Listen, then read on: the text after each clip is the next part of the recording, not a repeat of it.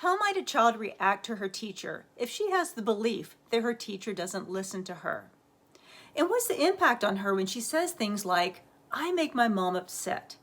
We get an angry child. Now imagine what's possible for her when she learns to identify these as limiting beliefs and that she has the power to change them.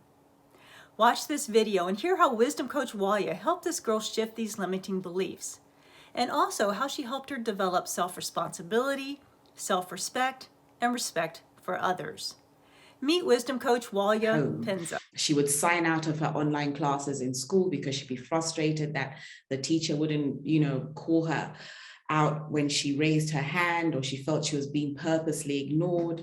And it was all this I language. I make my mom upset. I make my mom this, I make my grandmother this, so she was really in a place where she was just angry, frustrated, and didn't know what to do.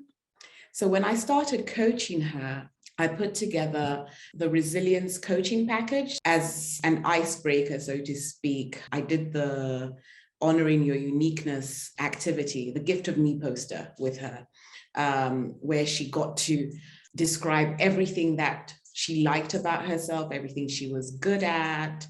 And it really brought her out of her shell. After that particular activity with the gift of me, she became a lot more positive about herself, and had a greater self-belief in what she does. So we carried on during the coaching, working on her self-responsibility, about managing her attitude and her emotions, and talking about self-respect, how she treats herself and how she treats others. One of the stories that really resonated with her was the Who's Flying Your Plane story. So this story basically looks at how we navigate through life with the two mindsets, the conscious mind and the subconscious mind. And your conscious mind is basically you in charge of what you're doing, and your subconscious mind is the autopilot. So all those beliefs that you have, both positive and negative. So your limiting beliefs, the negative ones, and the supportive beliefs.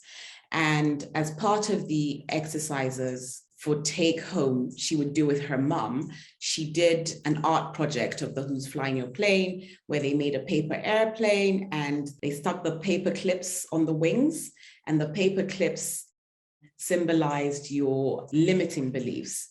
So the whole point of the story is, if you have supportive beliefs and limiting beliefs at the same time, and your limiting beliefs are stronger than your supportive beliefs, your plane is going to crash. So whenever she'd put the paper clips, she'd be like, she'd label a paper clip, "This is my limiting belief about my teacher not listening to me, he doesn't see me," or me being mean to my mum. So every limiting belief would be a paper clip, and she could visually see that would make the plane crash. And as you took the limiting beliefs away, the paper plane would fly. We used other stories, the power of possibility, overcoming mistakes. But the main thing that I want to put across about this particular client of mine is that she went from being someone who was so, angry, upset, not being disrespectful to her parents, to her mom, her grandmother, her aunts, her uncles, all her extended family, to someone who now started considering people's feelings and thinking about how she treats others.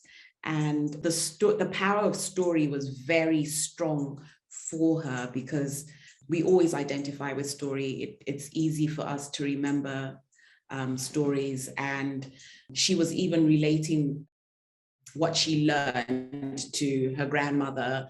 If her grandmother would say something short, or because she'd say, "You have to give gold hearts, Grandma. You can't be talking to people like that, otherwise you'll leave a dark mark on. You don't want to leave dark marks on people, do you?" So she learned how to give gold hearts, and not only to her family, but to herself as well.